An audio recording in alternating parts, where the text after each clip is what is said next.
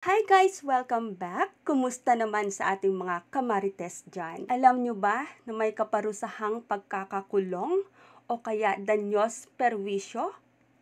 Ang pakikipag-chismis. Ididiscuss ko yan dito. Let's go! Meron tayong dalawang klase ng chismis. Una, yung Mare, alam mo ba, yung bagong nakatira dyan ay estapadora. Nakita ko kanina, dumating yung mga pulis, binigyan siya ng warrant of arrest. So ito yung mga siguradong sigurado at nakita pa nila. They witnessed yung chinichismis nila. Pangalawa, yung Mare, alam mo ba, yung bagong nakatira dyan ay estapadora daw. Akala mo kung sinong mayaman, tinakbuhan pala ang milyones na utang. Ito naman yung chismosa talaga. Narinig lang niya na sinabi ng kapitbahay and ikukwento din niya sa iba.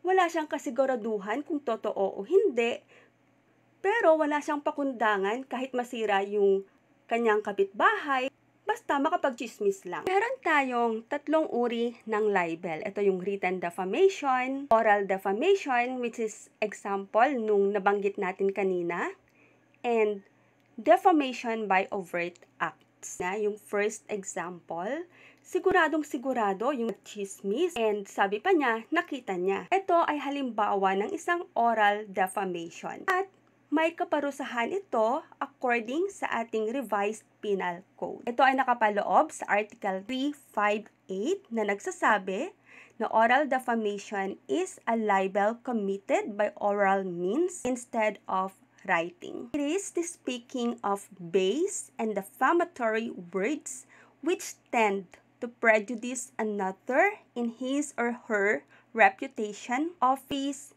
trade, business, or means of livelihood. Depende kung ano yung chinismis, it could be classified as a grave oral defamation or slight. Ito ay may kaparusahan na imprisonment for 6 months and 1 day or a fine in the amount of 20,000 pesos. So, sa unang example, siguradong sigurado daw siya. Pero, kung walang katotohanan ito, then that person shall be liable.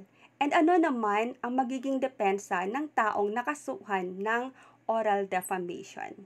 Una is the truthfulness of the statement and wala siyang intention na siraan yung tao. It was made with good motives and justifiable ends.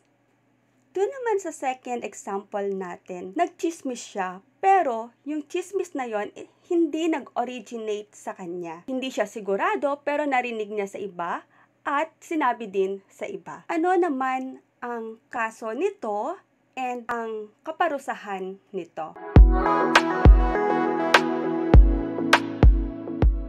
Ang crime na ito ay tinatawag nating intriguing against honor.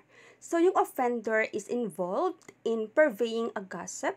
So, chismis lang talaga against a person to ruin his or her reputation.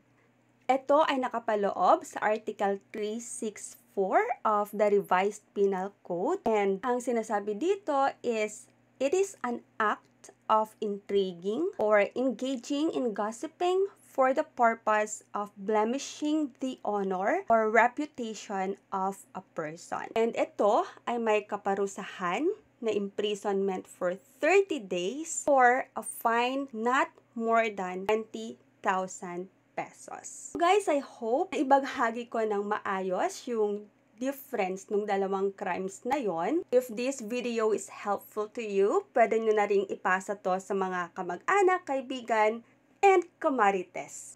Please support our page, facebook.com/abogada ng bayan. If you need further help with your legal queries, you may send us an email at abogadanangbayan@gmail.com and be a part of our community to avail of our one-on-one chat and online legal consultations. Thank you guys. Till next time. God bless. Bye-bye.